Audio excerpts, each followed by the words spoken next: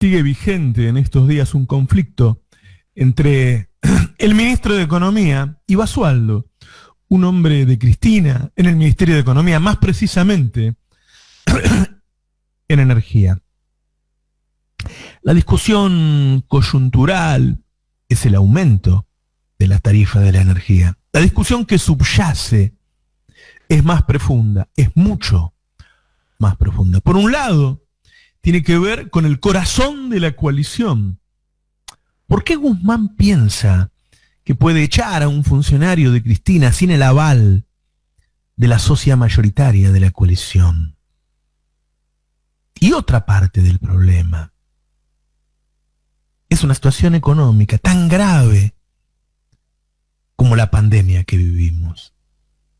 El año pasado, el ministro de Economía, un hombre al que respeto, armó un presupuesto pensando que íbamos a vacunar a 20 millones de personas en los primeros 4 meses del año, como todos esperábamos, y que en caso de llegar la segunda ola lo haría en el invierno, con medio país vacunado. Bajo ese supuesto se hizo el presupuesto nacional, y bajo ese supuesto también comenzaron las negociaciones con el Fondo Monetario Internacional. Pero todo cambió. La segunda ola, no vacunamos ni a la mitad, porque en el mundo no hay vacunas. Se cae la actividad económica, porque aunque Argentina es el país más liberal y con menos restricciones de los arrasados por la segunda ola, la gente se restringe sola, se guarda y no gasta, se asusta porque no sabe cómo sigue todo y no gasta. Tiene miedo de dejar entrar a su casa al gasista, al jardinero, al que arregla las cortinas, y no gasta. La gente tiene tanto miedo que no va a trabajar. Hoy el ausentismo es del 25%. Todo cambió, todo cambió. Así la población, que viene golpeada por 4 años de macrismo, que fue apaleada en el suelo por la primera ola, soporta exhausta los daños que le ocasiona la segunda ola. Los trabajadores que perdieron un 20% de sus ingresos durante el macrismo, que perdieron otro 7% el año pasado, ven que este año vuelven a perder. En ese escenario dantesco, Guzmán insiste con el presupuesto que armó cuando se pensaba en un escenario de normalidad. En ese escenario de miseria, Guzmán insiste en bajar el déficit fiscal. En ese escenario de hambre y frío, Guzmán insiste en subir el gas antes del invierno. Sabiendo incluso que cuenta con fondos también impensados el año pasado, los de los granos que subieron más de un 60%, los del aporte extraordinario que le consiguió la política.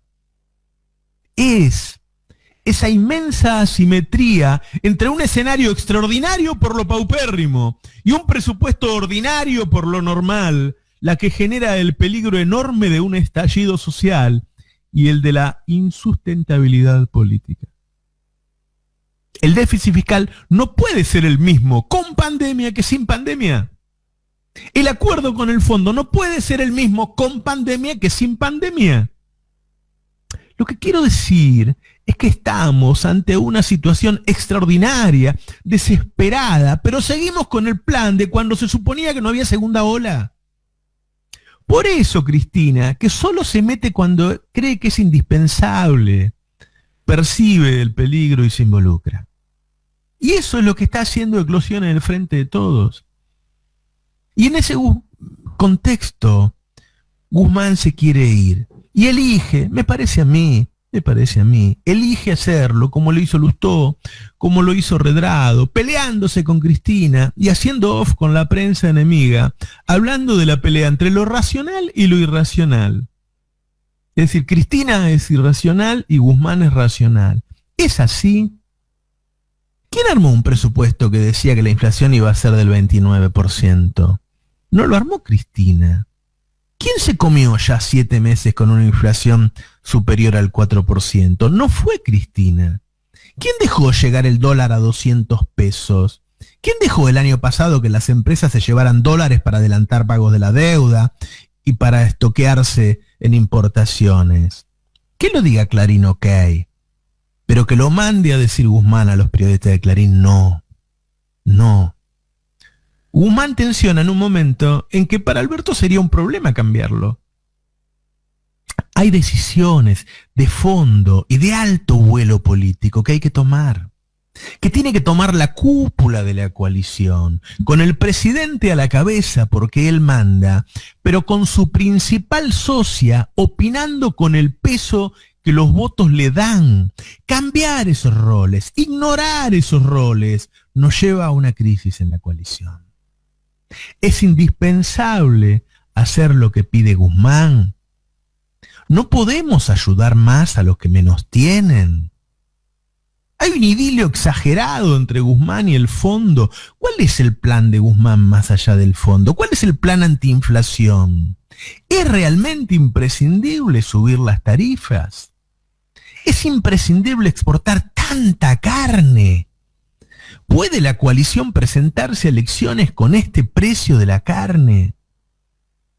Lo pregunto con humildad, porque el precio de la carne hoy es una decisión política. La decisión se tomó cuando se permitió este nivel de exportación. Lo que pasa es que no le avisaron al pueblo, pero quédense tranquilos que el pueblo se entera igual que no puede comer carne. Es imprescindible que se revean aristas importantes del plan económico y que se haga en conjunto con todos los socios de la coalición. Porque lo que hay en juego es demasiado importante para que quede en manos de un economista al que nadie votó. Buenos días, esto es Navarro 2023.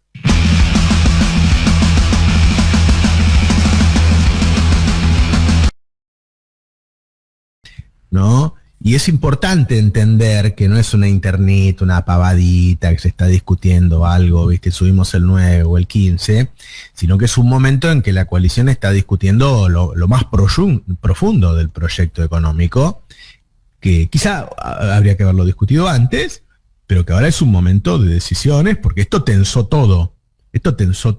Digo, hay un dato que se conoció este fin de semana, por ejemplo, que hay una fuerte caída de ventas y hay una fuerte incluso caída de la presencialidad de los trabajadores. Los trabajadores no están haciendo trabajar. Uh-huh. ¿Sí? Es decir, Argentina es quizá el país más liberal, con menos restricciones en este momento de todos los que están siendo arrasados por el COVID. Es el país más liberal, pero la gente se restringió sola. Sí, el ausentismo de los trabajadores hoy es del 25%, absolutamente récord. La gente no sale. La gente se está cuidando, no sale a hacer las compras, o sea, hay mucha gente. Lo que pasa es que los que salen y los que quieren que no se frene nada, están sobre representados en los medios. Te iba a decir pero eso, pero la gente se está cuidando. Sí. ¿Sí? También lo que dan los medios es la sensación de, mirá, hay un montón que no cumplen, no voy a cumplir yo. O sea, claro. La sobrerepresentación después tiene consecuencias. Pero no es así. Uh-huh. Pero no es así. La gente se está cuidando. Entonces, bueno, al cuidarse, pensá, un pueblo trabajador que viene castigado por el macrismo, que perdió más de 20% en términos reales de sus ingresos. Después el año pasado perdió más o menos un 7%. Siempre es un promedio esto. O sea, además del 20, perdió otro 7. Y que este año vuelve a perder. Y que encima no puede laburar. Bueno, la situación es, en muchos casos, desesperante. Entonces, ahí hay que tomar decisiones muy, muy fuertes, y hay que redecidir un rumbo, diría yo, ¿no? El rumbo no puede ser el mismo que el que se planeó el año pasado. Vos pensás que el presupuesto se presenta cuando creíamos que Argentina iba a vacunar en los primeros 4 meses a 20 millones de personas. Bueno, eso no ocurrió porque no hay vacunas en el mundo y pensábamos que la segunda ola iba a llegar chiquita y en el frío, en invierno, y con la población vacunada. Bueno, uh-huh. Todo cambió.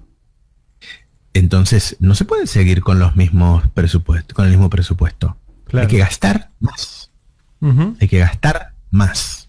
¿Sí? Entonces no es una discusión chiquita, qué sé yo. No. Se está discutiendo algo grande, ¿no?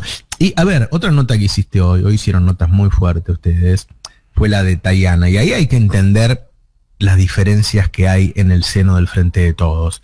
O sea, Tayana está pidiendo algo estructural, ¿no? Que como es esto de que se estatice la llamada hidrovía, nuestra salida portuaria, que cambiaría. Pensá que los empresarios cuando quieren ser más productivos, lo único que se les ocurre es bajar el salario, en vez de esto, que bajaría mucho los costos, ¿cierto? Una salida por el puerto de la provincia de Buenos Aires en vez de por Uruguay, bueno, otra cosa. Bueno, eso lo está diciendo Tayana y está haciendo una crítica al Poder Ejecutivo. El otro día cuando Parrilli presenta y dice la plata del FMI hay que usarla para distribuir con la gente y no para pagarle al FMI, también está planteando. Son diferencias muy, muy grandes que se van acumulando. Y eso ocurre, eso está pasando, es la verdad. Encima tenés del otro lado una oposición que es... Yo el otro día conté que Patricia Bullrich había dicho en una reunión que iba a hacer una denuncia por genocidio a Alberto Fernández por la pandemia. Y la verdad que ahora la información que tengo que ella fue medio una bocona, que no debería haberlo dicho, pero que lo que se prepara es una serie de acciones judiciales contra funcionarios del gobierno post pandemia para judicializar la pandemia y para atacar al Poder Ejecutivo por su accionar en la pandemia, con acusaciones muy graves, en donde está toda la derecha inmersa en eso. Ahí, así como acusaron de corruptos a los kirchneristas, van a acusar a estos de genocidas, ¿no? Entonces, bueno, ahí está, a ver qué hace cada uno, ¿no? Con eso, sí. ¿Viste? Pero es una situación bien complicada. Sí. Bien complicada. Y más cuando también lo que sigue viéndose del otro lado, a mí me llamó mucho la atención en otra de las notas que hicimos hoy, que hablábamos con Gabriel Fuchs del Ministerio de Seguridad sobre el tema de los controles. Y él decía que el viernes habían tenido una reunión donde la ciudad se había comprometido a implementar que los comercios no esenciales atendieran solamente en la vereda. Una medida que se venía evaluando. De hecho, Larreta, en su conferencia de prensa del viernes, dice que los comercios no esenciales, van a atender solamente en la vereda. Y Diego Santilli, en una rueda de entrevistas que da el viernes, dice que los comercios no esenciales van a atender solo en la vereda. El sábado de la noche, Diego Santilli tuitea, los comercios no esenciales van a seguir trabajando como hasta ahora. Entonces, cuando no hay un interlocutor del otro lado, porque dicen una cosa un día, otra cosa el otro, ya no es solamente que dicen una cosa en las reuniones privadas y otra en público, van cambiando su discurso público de un día para el otro sin que nadie levante la mano y digan, señores, pero ustedes dijeron lo mismo, otra cosa 24 horas antes. Hay un nivel de esquizofrenia que hace muy difícil cualquier tipo de planificación política o logística. Ni siquiera discutamos de política, digamos. No, y otra de las cosas, Roberto, que lo venimos viendo en estos días es ¿qué puede hacer el gobierno nacional cuando Larreta no cumple? Entonces, hoy le preguntamos a Totti y dice, bueno, yo le envié una nota diciéndole que no sanciona a los maestros, que no sanciona Lo mismo a Fuchs. Bueno, le enviamos una nota diciéndole que cumpla. Es como una situación muy, muy compleja esta de que el presidente dice una cosa y sale el jefe de gobierno a decir, no voy a cumplir un DNU. Y no pasa nada. O sea, ni siquiera no lo critican los medios y no hay... Tampoco hay un fallo judicial, porque hay algo que nos marcaba Trota, que es cierto. El nuevo DNU, que rige hoy, no está judicializado. Ah, mirá vos, claro. Claro, no está judicializado. Entonces, ¿por qué Larreta no cumple un DNU que ni siquiera judicializó? Claro. O sea, ni se toma el trabajo. O sea, es como una reivindicación de la anomia. Es decir, bueno, no voy a cumplir las leyes que se me canten y se naturaliza. Y después eso, por ejemplo, se traslada a las escuelas. Y las escuelas le mandan a las familias, no vamos a cumplir el DNU. Pero, ¿cómo? ¿Qué enseñanza es esa para los niños y niñas que están en la escuela? ¿Que una ley se cumple cuando se te canta? O sea, es una situación muy extraña. Muy extraña. Sí. Otra cosa que me decían estos días que yo no sabía es que, viste que vos te anotás en la provincia y tenés un listado de enfermedades, de factores de riesgo, entonces eso se toma en cuenta, ¿no? Por ejemplo, después de vacunar a los más de 80, más de 70, se empezó los de 70 con comorbilidades. Sí. Los más de 60 y ahora va a haber más de 50 con comorbilidades. En la ciudad eso no existe. Entonces, vos un día por ahí estás vacunando, no sé, a un tipo de 70 que está sano y hay uno de 60 con un problema cardíaco, asma, 69, digo, que tiene un año menos, pero que está destruido y no lo vacunaste. Sí. Porque no pusiste en la planilla una forma de priorización. Entonces yo digo, ¿eso qué? ¿Es negligencia? Yo no entiendo. Ujú. Si, ¿Cómo no? si se le prestara atención a lo que se hizo con el operativo de vacunación en la ciudad, sería un escándalo. Vos sabés que en la ciudad vacunaron a veterinarios, por ejemplo. Mira vos. Veterinarios de Veterinarios. 30 y pico de años sin ningún tipo de cuestión. O psicólogos que trabajan solamente por Zoom, de 30 años. Están vacunados desde hace más de 2 meses. Acaba de tuitear Axel Kicillof, que dice, estamos cada vez más cerca de alcanzar el primer hito en el plan de vacunación, y dice, personal de salud vacunado en la provincia de Buenos Aires, 95%. Personas mayores de 70 años, 87%. Personas de 60 a 69 años con comorbilidades, 88%. Total, 2.800.000 bonaerenses vacunados. Cruzando la General Sí. Paz nomás. Sí. Sí, hay mucha diferencia. Ahí lo que falta en la provincia es mucha gente que no se está anotando. Ujú. O sea, esos porcentajes son sobre la gente que se anotó. Sobre los anotados, sobre los inscriptos, sí. Sí, bueno, porque Sí. es voluntaria la vacuna. Bueno, pero ahí está el problema de la campaña que hicieron los medios. Ujú. Todos los días uno lee en Twitter alguna persona que dice, después de un mes pude convencer a mi padre que se Sí, vacune. sí, totalmente. Y otros que no los logran convencer. Y otros que no logras convencer. Por eso los medios han tenido una influencia enorme. Una influencia enorme. Han generado, o sea, en todos los países hay siempre algún pequeño porcentaje, en algunos lugares mayor, otros menor, de personas que son antivacunas. En Argentina prácticamente no existía eso. Era muy minoritario. Ujú. Y ellos hicieron que hoy haya un porcentaje importante. Sí. Importante. Es tanta la influencia de los medios que había médicos que no se querían vacunar. Ujú. Sí, totalmente. Que murieron. Pero a mí me lo Hubo una contaron. médica que murió que no se quiso vacunar. Claro, claro. Sí, sí, sí. ¿Cómo puede ser que mirá vos cuando se desconfía del poder de los medios? Sí. Los medios convencen a un médico que es peor la vacuna que el virus. Bueno, pero ves, ahí de vuelta a lo que veníamos hablando, que es lo mismo que charlamos el viernes. El Estado, a través del ENACOM, de la Secretaría de Medios, les dijo a los medios de comunicación, bueno, estamos en una situación de pandemia, de salud pública, por ejemplo, les mandó un comunicado para que usen barbijo en todos los canales de televisión. Y no lo cumplen. El Estado les dijo a Clarín, mira, en pandemia vas a tener que cobrar tanto, porque la gente necesita tener un servicio de conectividad. Y Clarín no lo cumple. O sea, todo el tiempo estamos en la misma situación. Un Estado que no puede hacerle cumplir las cosas o a las empresas o incluso a funcionarios públicos como Larreta. Te llegó un mensaje y te llegó un mensaje importante, mamá, se escuchó. Se escuchó ahí el cosito. No, porque tenés prendido el cosito de la computadora y te Tiene la llega. costumbre de mandarme mensajes mientras hablamos. Sí, incluso mensajes de audio, ¿viste? Que te mandan mensajes de audio cuando estás al aire? Claro, Vos decís, no "Che, pero-". manden mensajes de audio, muchachos. No manden mensajes, no puedo escuchar el Claro. audio. Bueno, ¿qué te llegó ahora? ¿Qué? No, no. Nada, contá. No. Lo que te llega en el horario del pase tenés que contarlo. Es así. Está Bueno, establecido en tampoco, la vida no es tan así, ¿no? Bueno, no, eso, que a nosotros, digo, nos preocupa esa situación, ¿no? No poder hacerle cumplir a personas, no caprichos. O sea, no caprichos. O sea, le estamos diciendo a los medios de comunicación que cobren una plata que la gente pueda pagar, que no atenten contra la campaña de vacunación, a Larreta que las clases sean virtuales y no presenciales. No son locuras que se les está pidiendo. Yo creo que durante muchos años nos pasamos discutiendo acá el rol de los medios. Acá digo en la Argentina. Tuvimos una larga discusión que derivó en una ley.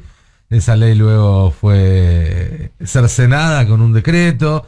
Pero todo lo que sucedió después de la aprobación de la ley, ¿sí? Tanto la deriva judicial que tuvo, luego la decisión política de Macri de sacarla por decreto, y ahora todo lo que estamos hablando en estos días, creo que lo que habría que discutir más que el rol de los medios es el rol del Estado. ¿Qué Estado queremos tener en la Argentina? ¿Qué atribuciones queremos que tenga el Estado argentino? ¿Y qué herramientas queremos que tenga para que esas atribuciones puedan ser efectivas? Bueno, vos fíjate que el viernes fue, ¿no? Que salió el fallo que frena, se supone, el DNU, Sí. que hace que las comunicaciones sean un servicio público. Sí, el DNU que ya no cumplían, o sea, no lo cumplían antes del... Son como la reta, Bueno. ¿viste? Que no cumple no cumple las leyes antes de los Antes de que fallos. salgan. Yo no sé si todos los oyentes toman real dimensión de eso. O sea, el Estado no está pudiendo gobernar. La justicia se está convirtiendo en un poder que toma decisiones por el Poder Ejecutivo. ¿Sí? Entonces, hay una cantidad de personas que tenían que haber pagado el aporte extraordinario que salió del Congreso. Fue un proyecto que aprobó el Congreso con la mayoría que le da la legitimidad del voto popular. Y un juez lo para. ¿Sí? Después se decide que sea servicio público, un juez lo para. Y así todo. ¿Por qué no se suben las retenciones? Porque piensan que otro juez lo va a parar. Quisieron expropiar Vicentín, otro juez lo paró. O sea, está muy restringido el poder hoy para tomar decisiones en Argentina. Siempre con el apoyo de los medios y con una cantidad de personas que se supone que apoyan eso, indeterminada, sobrerepresentada por los medios, ¿no? Cuando fue lo de Vicentín, qué sé yo, para mí eran 4 locos los que estaban marchando. Para mí no era una cantidad importante los que estaban marchando. Sí, y se fue para atrás. Yo el otro día decía en esta nota que me hicieron sobre qué cosas había hecho mal el gobierno. Yo digo, lo peor fue lo de Vicentín. Primero, cuando expropió, era muy raro expropiar una cerealera, qué sé yo, ¿no? Medio extemporáneo hoy por hoy. Y después dio marcha atrás, digo, las 2 veces. Claro, sostenela. Bueno, da marcha atrás. Sí. Pero bueno, indudablemente esa es la lectura que hace el presidente sobre la situación y qué cosas puede hacer y qué cosas no. Hay veces que la realidad le da la razón, otras en donde nos quedamos con la duda. Sí. ¿No? Yo vuelvo a lo que planteó Nico alguna vez de que el gobierno no se relata a sí mismo. Entonces, toma decisiones que después relatan otros, en vez de relatar sus propias decisiones y que sean los otros que tengas que explicar en todo caso por qué no las cumplen. Pero deja mucho espacio sin ocupar en el relato de las cosas que hace. Sí. Y bueno, entonces ahí lo ocupan otros. A mí cuando era chico me pasaba muy seguido, porque yo era bastante despistado, de que me pasaba un rato largo, y cuando hablo de un rato largo, hablo de un rato largo, buscando algo que después me daba cuenta que tenía en la mano. Yo creo que al gobierno le está pasando algo así con el consenso. Que está desesperado buscando consenso y no se da cuenta que no lo encuentra porque ya lo tiene. Bueno, seguramente los lineamientos más importantes del Frente de Todos son aceptados por una mayoría muy importante. A eso voy. Bueno, eso que dice Nico es re interesante. No va a encontrar eso que busca en Clarín. Claro. O sea, el gobierno no va a encontrar un medio de comunicación que le diga que tiene aceptación, que está peleando por sus intereses económicos para cobrarte una tarifa extraordinaria. No lo va a encontrar ahí. Pero si uno mira en estos días las notas de Clarín y La Nación, son todas operaciones hechas por el Poder Ejecutivo. O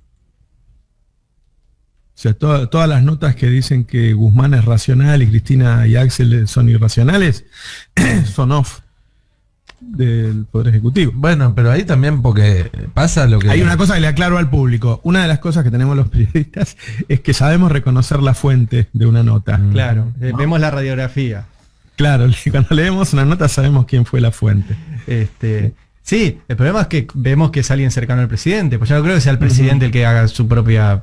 No, seguramente no. Pero está rodeado de gente que en lugar de trabajar en la comunicación política de una pandemia, está más preocupada por, no sé, por zanahorias y garrotes a los periodistas. Porque al final es eso. O pelear más la interna que la externa, ¿no? Sí. Yo. Sí.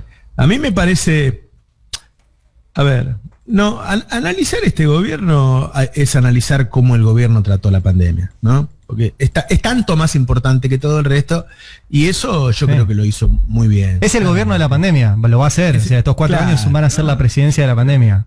Va a haber estatuas en todos lados de Alberto, el presidente de la pandemia, qué sé yo, la historia va a mostrar que lo hizo muy bien, ¿sí? Ahora, después, hay una coalición que tiene desafíos enormes y que le cuesta mucho funcionar. O sea, cuando Guzmán decide echar al subsecretario de Energía, ¿cómo se le pasa por la cabeza que puede echarlo sin el acuerdo de Cristina, que es la principal socia y es el que lo puso? ¿Entendés? No, hay un error conceptual ahí. ¿No? Entonces no sabemos bien cómo funciona. Yo creo que primero tiene que mandar el presidente y segundo creo que manda el presidente, ¿sí? Todo eso que le dicen Tite, yo no creo en eso. Ahora, ignorar que la socia mayoritaria de la coalición es Cristina es un problema. Es un problema, ¿no? O sea, vos siempre tenés que conocer cómo funcionan las cosas. Y las cosas funcionan que esto es una coalición y que la socia mayoritaria es Cristina. Entonces, bueno, puedes echarle a su funcionario sin hablarlo con ella.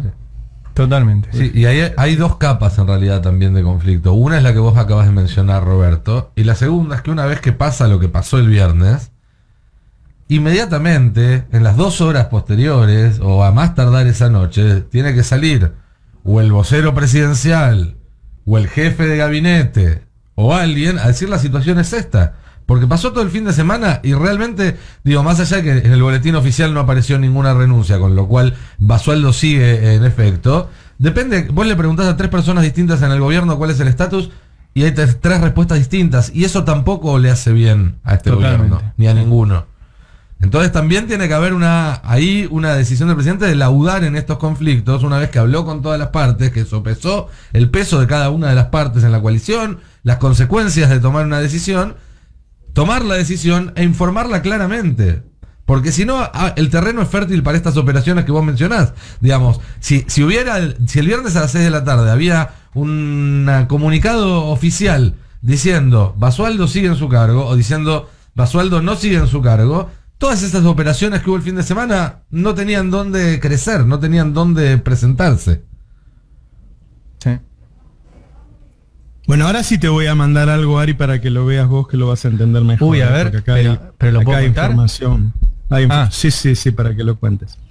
Porque yo estaba diciendo de la intervención de la justicia. Uy, la qué justicia se rompió. interviene directamente en el Congreso, ¿no?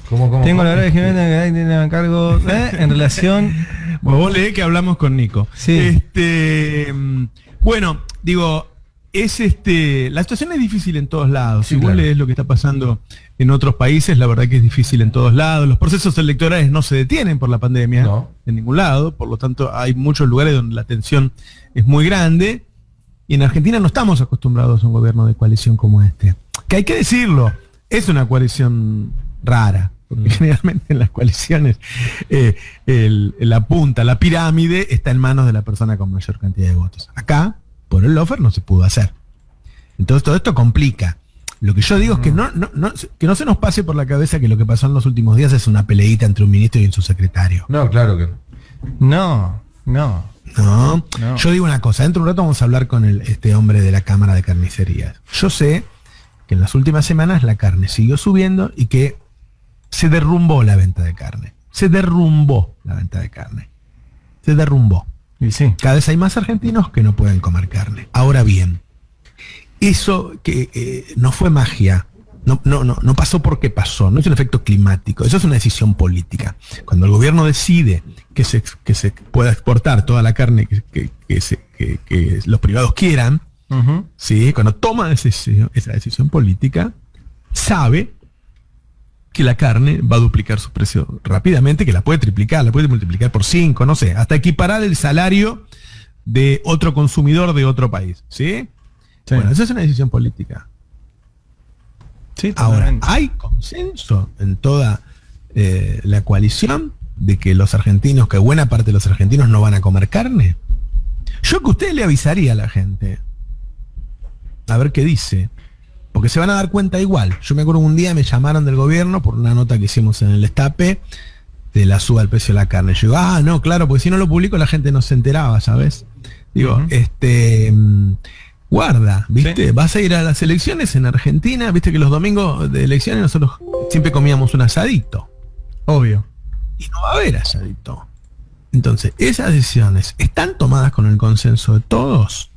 Hemos decidido, o sea, el peronismo ha decidido. Vos habías dicho que las elecciones son asado y vacunas. Y claro, yo creo que sí. Asado y Yo vacunas. creo que sí. ¿Viste? Entonces, no es, ya te digo, porque si no nos quedamos que no, bueno, las tarifas tienen que subir 9 o 16, no es eso nada más. Hay un rumbo que lo tensiona la pandemia. Sí, claro, lo tensiona la pandemia. Sí, estaríamos mucho mejor. Digo, si acá no hubiera habido pandemia, la diferencia a favor de Alberto en la comparación con Macri sería abismal. Lo votarían hasta Patricia Bullrich lo vota. Y claro, porque es tanto mejor presidente. Sí. ¿Entendés? Sí. Ahora, bueno, la pandemia te pone a prueba. No, pero además hay que entender esto. Si discutimos tarifas, estamos discutiendo que hay un grupo de personas muy pequeño que son las dueñas de esas empresas que agarran una aspiradora, te sacan toda la guita a vos, la cambian a dólares y la fugan. Porque eso es lo que figuran los dueños de esas empresas, entre los principales fugadores de guita. Ahora, esa plata que te sacan con las tarifas, después vos no la podés gastar en el asado. Pues eso, o pagás la luz o te comes un asado. Con suerte, digo, si tenés la suerte de tener esa discusión. Claro. Pero bueno, sí. Por eso te digo que no, qué sé yo, va a seguir esto, Uh-huh. va a seguir. Siempre dijimos que la coalición debería haber institucionalizado una mesa, ¿no? Que esa mesa era la que tenía que haber armado el plan económico, que si ocurre un vendaval como este, ese plan económico debería ser revisado por toda la mesa. Después en la diaria sí lo maneja el funcionario que le corresponde. Claro. Como eso no ocurre, entonces pasan estas cosas. ¿Vos seguís con la decisión de no pagar IVOPE? Porque estoy viendo que en Twitter las dos principales tendencias de la Argentina son Navarro 2023 y habrá consecuencias. En el pase entre Navarro 2023 y habrá consecuencias. Y bueno, yo creo ¿Qué que pasa? con eso ¿Qué pasa? Los que tienen que saber que somos la FM política más escuchada, por eso y por los podcasts, por todos los datos que le indican, Sí. saben que hoy somos los más escuchados, así, qué sé yo.